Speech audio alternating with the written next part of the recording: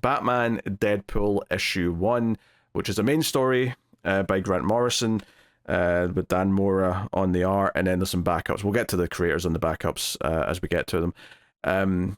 A book that's actually a few months old, because it originally was a physical exclusive, and I've not bought a physical comic book in over 5 years, so I wasn't going to start for one book. Yeah, you know, was not going to happen. I could see me collecting like collections again at some point physically down the line. You know, if you know I'm richer at some point, maybe I'll want to like get back into doing that. But singles, I don't think I'll ever go back to physical. I have to admit, I was never that enthusiastic about the announcement that they were doing Marvel DC crossovers, because ultimately they're kind of like, and I'm speaking about something that I know nothing about here, but I think this is an apt comparison for those who don't know what I'm about to bring up. This is a lot like All-Star games, where they don't mean anything. They're just like throwing players together, and it's like an exhibition thing, and nothing important comes of it. And I think that's even more true in a storytelling sense with this type of thing, because literally this has no impact on anything. And what's so funny is that there's kind of an explanation in the main story as to why Batman and Deadpool are kind of like merging, why they're together for some reason. But some of the backups, it's like they all have different reasons, or in some cases they just don't. Like I like this backup that I'm about to mention, but when we get to the Nightwing Laura Kinney backup by Tom Taylor, it's just, she was just visiting, she was looking for Batman in Gotham, and she found Nightwing instead. And I'm like, wait, so in this story, does Marvel Universe and DC's universe just coexist? So I took that as because of what had happened in the Batman Deadpool story of the merging of the universes, that for a short time they're touching. Yeah, look, I did not like this at all. Me neither. The main story, that is. It made me angry. Yeah. Yes, it made me very angry. I'll be honest, I don't think I've liked a new thing written by Grant Morrison in a long, long time. Now, obviously, for a period there, I was doing the old Animal Man run. I've enjoyed a lot of Grant Morrison's Doom Patrol, a lot of their like Batman stuff, of course. So I love a lot of classic Grant Morrison, but modern Grant Morrison, every time I try to read a modern Grant Morrison book, I just feel the same weird disconnect with the dialogue, where I just find it very hard to follow. It doesn't flow to me very well. And then you add in all the meta bullshit with Deadpool, who's a character that I don't particularly like that much. Yes. And you have this. Yeah. So, like, I read the last new Morrison thing I read was Klaus, which is a modern, like, not a modern retelling, but a retelling of Superman. Oh my God, get on with the program. Of Santa Claus's origin. And it involves the Krampus, and it's a lot of fun. And it's like psychedelic Santa, because at one point, Klaus drinks this thing that allows him to see things and get in touch with his empathy and all this other stuff, right? Very, very Morrison, spacey, but still at the end of the day, it was a story about the origins of Santa. It's very to the point. This is it gets a very meta contextual about comic books between Batman and Deadpool, who I don't necessarily think complement each other very well. And I understand that's the point, right? They're so different, is that Batman is so serious and Deadpool is not serious at all. Well, but I don't think Morrison. You want to have the running thing where he keeps calling him Slade, and he's like, "It's Wade." Right. You know, they wanted to do the Deathstroke Deadpool jokes. Right. But when you know that as a longtime DC fan, we know that the reason that Deadpool is called Wade Wilson was a take off of Deathstroke, Slade Wilson, right? As Liefeld just took it over to Marvel with New Mutants, and that's where Deadpool came from, you know? If you don't know that, though, it's just kind of a throwaway joke that keeps reoccurring. Yeah. You know? And the whole thing is like they've merged, but they're also inside like a Black Mercy style fake world for a lot of it or something. Honestly, I wasn't having the greatest time following the PCs all that well. I'll say that much. And then I would also say that eventually Grant Morrison shows up in this book as the writer writing the story, and it gets super meta, which is not the first time this has happened. In fact, it's not even the second time it's happened, and it's not even like this is a recent thing that happened. This was something that happened in Animal Man. you know, in the late 1980s. So this is like a shtick that Morrison's went back to time and time again. Yeah. Which at the time was like super, like, because hearing you talk about Animal Man, it was earned, right? Where we had this idea of storytelling and what that means with modern myths. And out there's a whole issue with Wile E. Coyote and the Roadrunner, but in real life. And the whole concept of a coyote being a trickster god and what that means in the sense of the world and how everything's connected. And so by the time you get to Grant Morrison in Animal Man, it's earned because there's been this talk about creators and stories and what that means to the average person. Here we get Cassandra Nova, who, if people don't know, is Charles Xavier's evil twin that he strangled in the womb, yet somehow she materializes. Most people probably recognize her from Deadpool and Wolverine, right? Cassandra Nova, all this other stuff shows up. And that's where it starts to get real murky, is the universes are crossing over and touching tip to tip. And... but actually, also Batman and Deadpool. Let's explain that for a second. So as much as that was a dumb joke, the tip-to-tip thing, the reason why they're merging is because two universes are having sex. That is what's happening. We see these two cosmic entities full of galaxies having sex. One of which is, I know from Marvel, is the concept of eternity, because it has showed up in Thor comics. So I am a bit familiar. That's the male-looking one. And then the female one, I don't know. It's supposed to, I guess, represent DC at this point. Sure. Oh, sure, yeah. But so we have that, and that's how we get Batman and Deadpool together. But they're in the Black Mercy style going on because of Cassandra Nova. Yes. Right? Yes. So it's because not actually Cassandra Nova's messing with their minds. I just called it that to compare it to something because I've heard of Cassandra Nova. I couldn't have told you much about her, so it's good that you do actually know a bit more about this. So we get that, and then at the same time we get the writer with outside of this, in the real world, right? Did I read that correctly? Like, yeah, because Damian shows up and messes up Cassandra Nova, and then that's where the writer shows up with the cosmic keytar, which I feel like that was a joke that didn't land either, because it's just a keyboard. Yeah. Also, inside, I mean, this is inside the Cassandra Nova, like, fake world, but, like, Batman gets thrown in a Lazarus pit by Deadpool, and he comes out as Wolverine for some reason. Dark Claw from the Amalgam universe. Right? So that was in the 90s. The last time Marvel and DC crossed over, it made the Amalgam, where they put the characters together. And Batman and Wolverine was called Dark Claw. Well... it still looks stupid, and it would have looked stupid back then too. Yes, that's my stance in this. Yeah, well, and again, and this is Morrison playing with the meta and the comic book historian side of themselves, which again, in a vacuum, I appreciate.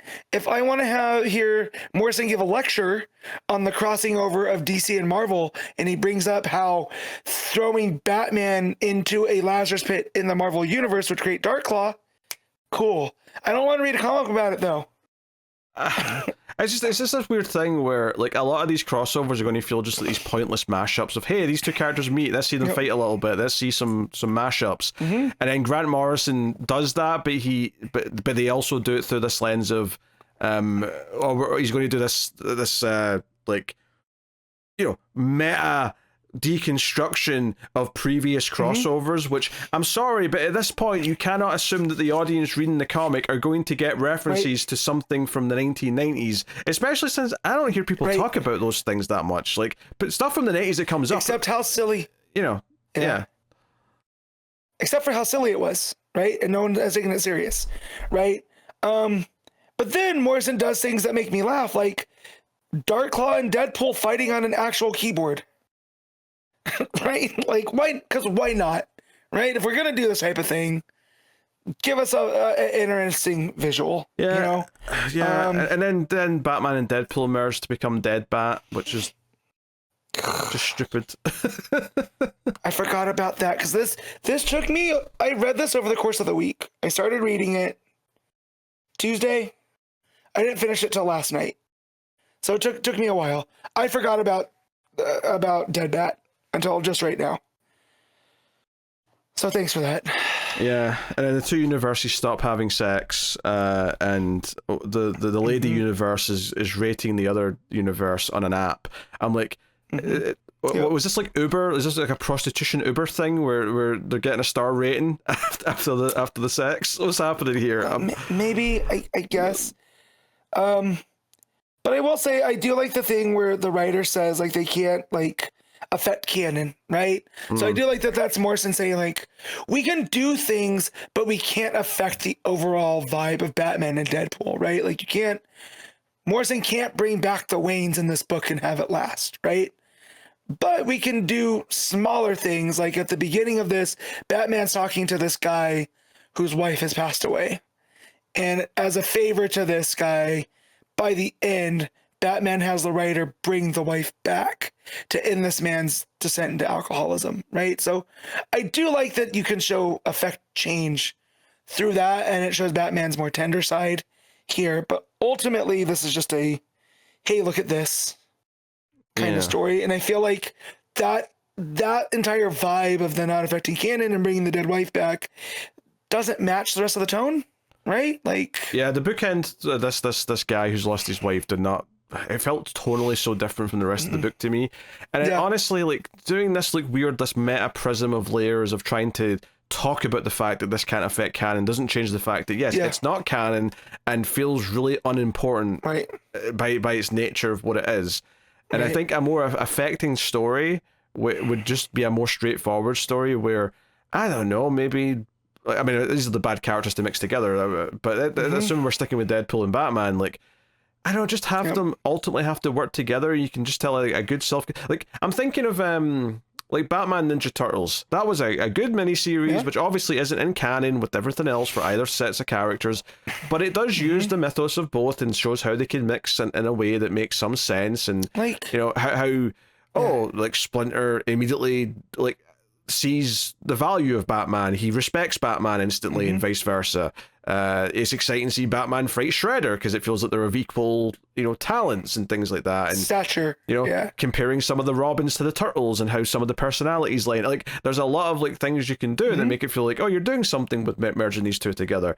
And this just feels like a car crash of like quick jokes and like meta nonsense. To I don't know, didn't like it. A car crash is perfect because you can't look away, right?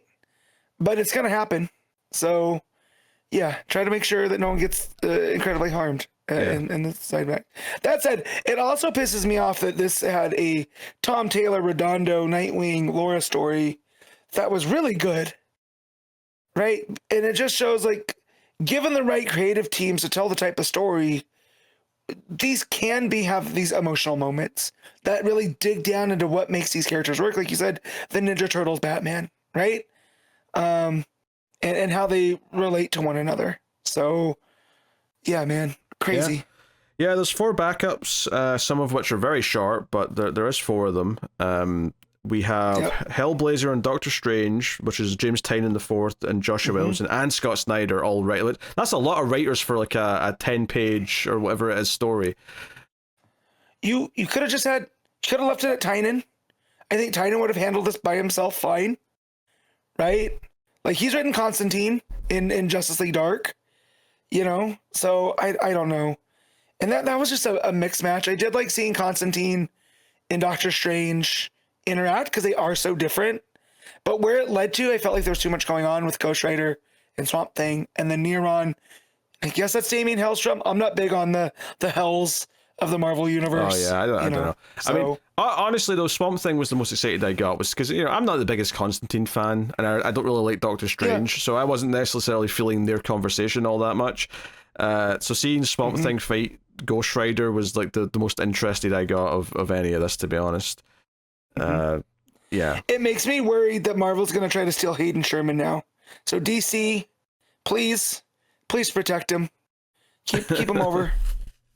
Doing stuff with us, because the layouts, I feel like Sherman takes advantage of having Doctor Strange's cape here. Especially, there's a panel where it's where Constantine steals the eye of Agamotto, and the panel border ends up making the Doctor Strange cape collar, right? And so we get this awesome, you know, breakdown and visuals in that Hayden Sherman style, which we all know I'm a fan of. So, and then the end where everything comes back to, like, mundanity. It's just straight up, now it's straight up blocks again, like square panels. So it all looks cool. Yep. But that one was too long too. Yeah, it didn't really have much going on other than just like, here's the horrors of my world, and Constantine says at the end, oh, maybe you should come to my world and see what my horrors are like, and he's like, oh, maybe the end, question mark. Yeah, I did like that they pointing out that the DC magic side of thing is more horror based, whereas the Marvel one, they seem to be more fantasy based. So I did like that, the split between those, right? Like compare and contrast. If you're going to have these characters interact, this is why they are so different. So I did like that. Yeah, and then the highlight of the whole book was absolutely the Nightwing and Wolverine, and that's Laura Kinney Wolverine, which is called Sticks and Sticks, and it's notable because obviously Tom Taylor, the book that made me fall in love with his writing in the first place was All New Wolverine, and he did a big run on this character. He then did a big run on Nightwing, of course, which we've obviously talked about at length. This felt like, oh, this is really cool. He's getting to put these two characters together and have them compare stories about how they're both kind of like, you know, the proteges under the shadow of Batman and Wolverine, and how they're both, you know, living up to those ideas and the struggle of that. And the plot's really simple. They're just looking for Gabby, who seems to have been snatched along with Honey Badger, or what's the Badger called? What's the Wolverine called? Jonathan, Wolverine. Thank you. Jonathan. So they're just looking in the sewers, and it turns out Killer Croc is the person here. So we get a bit of fighting there, and Gabby slashes a little bit. Laura slashes some stuff, and there's the classic thing of anyone who meets a Bat character who doesn't know them first is like, wait, you're just a guy? You don't have any abilities of any kind? So there's a little bit of that. And it's Redondo on art here, so everything's very bright and bold, and the blue of Nightwing pops really nicely with the yellow of all the costumes of the other characters. Really good stuff. Yep. Yeah, and it felt like an issue of both. Right, because I don't remember who did the art for All New Wolverine, but Redondo fits in with it so well, right? That this felt like it was equally an issue of All New Wolverine and of Nightwing of a certain era, and it just felt good. It was like almost like a comfort food version of a comic where it hit everything that we wanted to. It wasn't overtly serious, right? And it digs down onto how they will never be their respective fathers, but embracing that will make them stronger for it, right? Like the world already has a Wolverine and a Batman. They can be their own versions of it. And I thought that pairing these two characters to say that really hit that message. Yeah, and you even get a cameo from Babs at the end when Nightwing takes them back to the clock tower to meet the dog and whatever else. So, yeah, just nice. And the very fact pleasant. that Gabby wants to know if Haley can still talk because of Nightwing talking about it. It's like, oh, so it's just a regular dog? And I was like, well, she had superpowers and talked at one time. And then so can I see her talking dog? He's like, well, that was a one-time deal. Right? So just again, the back and forth between those two. Again, I would read a whole miniseries of this. Oh, sure. You know, easily. Like this was so good, you know? Yeah. So no, it was by far the highlight, and it just did the simple beats. It didn't need to do anything more than that. And because it's Taylor who's written both characters, the voices for both match, runs from both characters that I've really liked. So it was hard not to enjoy this. I think the fact that he has written both of these characters extensively, really helped this one out. So, no, good stuff. Then there's a Harley Quinn and Hulk story, which is just like a really cartoony Harley story, which I have almost nothing to say about, honestly. Like, there's not much to it other than just like she likes Hulk, and that's kind of it. They trash a hot dog cart, and then they end up at a waste management that's called Carson Ogen Waste Management, which I thought was funny, but yeah, I don't know why these two are paired together. It's fine, but it amounts to nothing, Yeah. Hulk can be funny, but I don't necessarily want him in the funny comedy book. I want Hulk to be a bit more serious, typically. If you're gonna do it, I want someone that's not Harley. I want someone that is like, all right, big guy, commenting more on Hulk smashing type stuff versus the chaos that Harley tends to bring to things. I would rather Batman with Hulk than Harley with Hulk. Yeah. I want a straight man with Hulk. Yeah. Yeah. Yeah. So, but it's very short. Whatever. There's nothing to say about it because it's like 4 or 5 pages long. There's nothing happening. The Amanda Connor art I do like with Hulk because I do like them getting the cartoony vibe with Hulk, you know? So yeah. Yeah, and then the other backup, which is also very short, and this one has half of what we were talking about with the Nightwings one, is that G. Willow Wilson, the writer here, did obviously write Miss Marvel, and that was kind of her first big comic. And I was like, oh, who's she teamed with? Like, is it going to be Poison Ivy maybe, because that's what Wilson's been writing at DC? No, it's Static, which I don't think Wilson's had any particular attachment to. But both young heroes trying to live up to what it means to be a hero, I think that fits with both. But at that point, it could have been anybody of the young teen heroes at DC. Yeah. So at least taking a chance with Static. But there's nothing. Again, I'm only familiar with Static from Static Shock, the cartoon series. I've never really read a Static comic. I read issues when Static showed up in Titans. So I don't know how much of this could have been unique to Static. Yeah, there might be Static people that are stoked, right?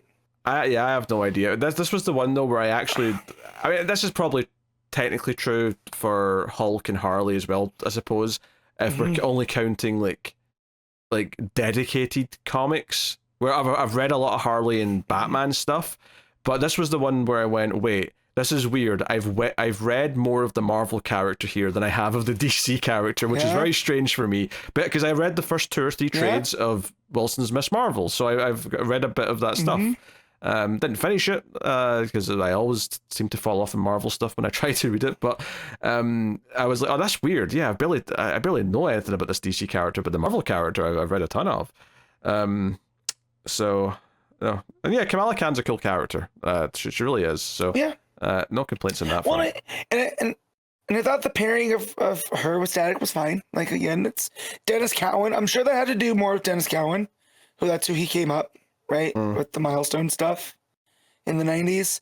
So, it is collaborative. Comics are collaborative, so I guess that's fine. But it was, I don't want to call it a nothing story, but I mean, the plot is just nothing happens. They're both at home with their families, and a monster's attacking the city, and they both go out and they end up just working together. And they don't even finish the fight. They just sort of start attacking the monster together, and it says the end because hey, there's others out there like me that I can work with, kind of thing, and that's it.